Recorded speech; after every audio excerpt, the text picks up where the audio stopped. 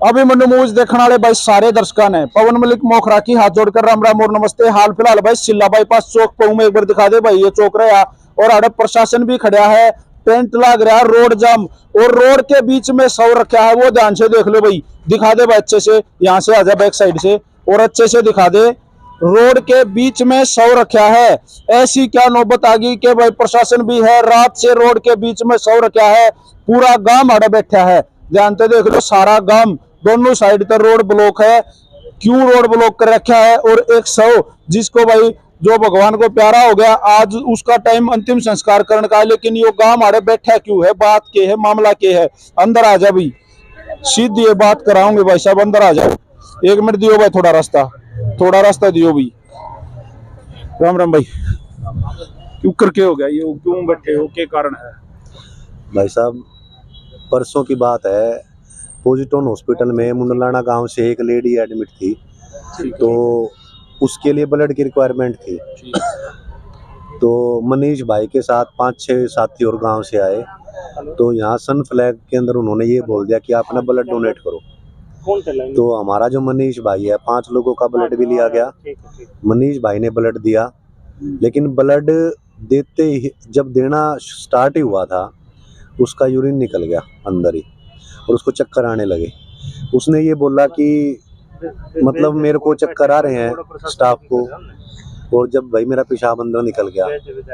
लेकिन स्टाफ की लापरवाही ये थी कि उसका ब्लड निकाला ही जा रहा था, तो जब ब्लड ले लिया, जब भी वो ढंग से खड़ा नहीं हो पा रहा था, तो चक्कर आए, वो बैठा, उसको रिफ्रेशमेंट दी उन्होंने, जो हमें पता लगा जूस दिया है उसको, बट यहाँ से फिर वो साथी चले गए।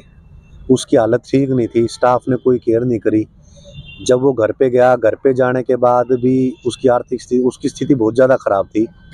घर वाले उसको खानपुर हॉस्पिटल लेके जाने लगे, उसके चेस्ट में पेन होने लगा, तो रास्ते में वो हो लिया।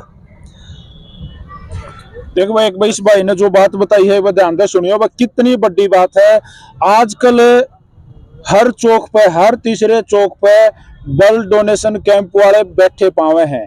पहली बात तो ये देसी ड्रैकुलेनू भी नहीं बेरा कौन सा बैंक से कड़े इस ब्लड ने लेकर जाओ हैं, लेकिन यो भाई पोजिट्रॉन हॉस्पिटल में ब्लड डोनेट करना आया था, किसी रिलेटिव कोई महिला एडमिट थी, उसने रिक्वायरमेंट थी, उन्हें ब्लड डोनेट करना आया था और भी साथी आए थे। जैसे यो भाई ब्लड डोनेशन करने लग गया, इसका वो जो सुई यहाँ लगाई, तो उसी दौरान इस भाई का पेशाब निकल गया। इतनी बड़ी सिचुएशन खराब होने के बाद में भी ये भाई कह रहे हैं कि उसका खून जो है वो निकालते रहे, यही बात से? हाँ, यही बात है जी। लेकिन उसकी स्थिति इतनी ज्यादा डाउन होगी, निकालते रहे, बाद में उसको एक फ्रूटी पिलाई गई। क्या एक फ्रूटी पिलाने से किसी को इतनी सीरियस अगर उसको कोई दिक्कत हो रही है, तो क्या एक फ्रूटी पिलाने से वो ठीक हो जाएगा? बस उसको वहां से हटाया, निकाल दिया, जैसे तैसे निकल चला जा भाई, यही बात थी। हाँ, यही बात क्योंकि थी। उनका सर पड़ जा। तो जब ये 5 लोग गवाह मौजूद हैं जो ब्लड देने आए थे, तो फिर कल उसके बाद पोस्टमार्टम हाउस के अंदर हम गए, तो खानपुर के अंदर उसकी डेड बॉडी थी सुबह। तो पुलिस वाले वहाँ पे जैसे रुका जाता है, पुलिस वालों, आप ये मिली भगत देखो कितनी जबरदस्त है हॉस्पिटल की आपस में।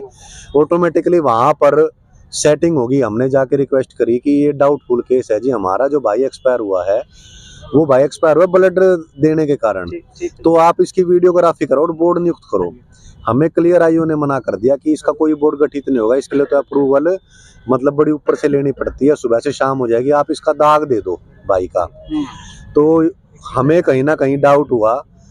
मैंने तुरंत एसीपी गोहाना देशवाल जी से बात करी और उनको रिक्वेस्ट करी कि ऐसा है जी, डाउटफुल केस है ना, तो क्योंकि 30 साल का जवान लड़का और उसका मतलब अभी 11 महीने का बच्चा है यहीं पे, या हम आपको दिखाई देंगे, और है ना वाइफ भी प्रेग्नेंट है, ना कोई डायबिटिक पेशेंट, ना कोई बीपी, ब्लड दे के आया। पहले बिल्कुल स्वस्थ था। हाँ, स्वस्थ था बिल्कुल। तब जब उन्होंने ब्लड लिया होगा, उसका मतलब जो प्राथमिक जांच करके तो उसके बाद प्राथमिक 50 करीबन पॉइंट होते हैं, प्राथमिक कोई जांच नहीं करी और उसका ब्लड ले लिया। तो जब कल जब हमने ज़्यादा थोड़ा प्रेशर किया तो बोर्ड भी गठित हुआ, सारी चीज़ें हुई, लेकिन बिल्कुल पूर्ण रूप से स्वस्थ था। आज भाई हमारे बीच में नहीं है। हमने कल प्रशासन से भी बहुत गुहार लगाई है। और दूसरी बड़ी बात ये कि जिस लेडी के लिए वो ब्लड देने आया था कल, वो भी एक्सपायर हो चुकी है उसी मतलब गांव के जिसके अंदर। लिए वो ब्लड डोनेट करना आया था, जिसको रिक्वायरमेंट थी, वो भी नहीं रही। और एक और साथ में गया भाइयों, क्या नाम था इसका? मनीष नाम था। और अपना बहुत ही गरीब परिवार है, माँ बाप है नहीं जी। और प्रशासन से कल से बात चल रही है कि एक प्रीलिम्स FIR तो कर दो आप, क्योंकि आपको बता दूं 1.5-2 साल पहले जब नोबल हट बंद हुआ तो नोबल हट भी इसी कारणों से बंद हुआ था। और ये एक तरह से कसाई खाना खोल रखा है। रिक्वायरमेंट आप चाहते क्या हो? यहाँ ये जो जाम लगाया, पहले तो मुझे बताओ, इस हॉस्पिटल के बाहर के लोग। हम हमारे यहाँ पे हमने सन फ्लैग के बाहर इसीलिए बैठे हैं क्योंकि ब्लड यहीं पे लिया गया था। और हम चाहते ही हैं कि आज ये लड़ाई मनीष की नहीं है, आज ये लड़ाई उन सब भाइयों की है कि हो सकता है पहले भी इस तरह के मर्डर हो चुके हैं, हम तो मर्डर ही कहेंगे इसको। मतलब जो लोग आवाज नहीं उठा पाए, शायद आज इस दुनिया में भी नहीं है। और हम जो ब्लड डोनेट करने के लिए, हम एक इमोशंस भावना से भाई किसी की जान बच जाए, लेकिन ये शहर के उन लोगों को नहीं पता कि वो खुद अपनी जान देने के लिए आ रहे हैं। आज ये लड़ाई मनीष की नहीं है, आज ये लड़ाई किसी जातिवाद की नहीं है, आज ये लड़ाई उन सब लोगों की है जो ब्लड तो डोनेट कर रहे हैं लेकिन उनको नहीं पता कि उनके साथ क्या क्या घटित हो रहा है। ये हॉस्पिटल का जो स्टाफ है, जो यहाँ का ओनर है, डॉक्टर है, उन्होंने क्या कहा? कल से लेकर अब तक हॉस्पिटल के स्टाफ का एक भी व्यक्ति यहाँ पे बात करने के लिए नहीं आया। अच्छा, प्रशासन तो आपके पास आया होगा? प्रशासन में DSP साहब आए थे कल, 3 बार वार्तालाप हुई, तीनों बार वार्तालाप फेल होगी।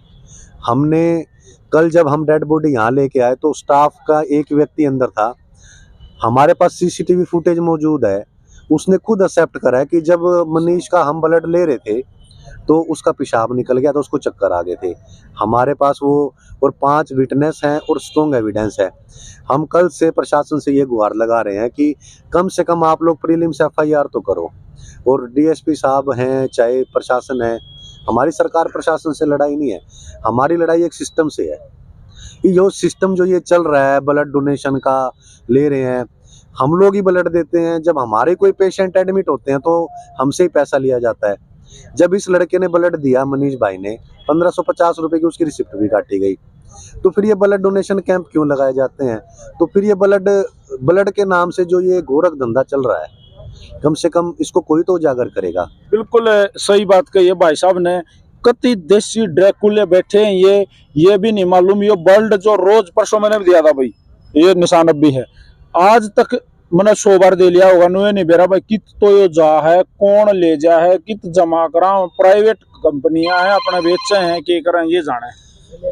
हमारे पास जो इन्फॉर्मेशन है कि जितने भी ब्लड डोनेशन कैंप लगते हैं प्राइवेट हॉस्पिटल में टाई अप है, डायरेक्ट PGI में तो बहुत कम जाता है।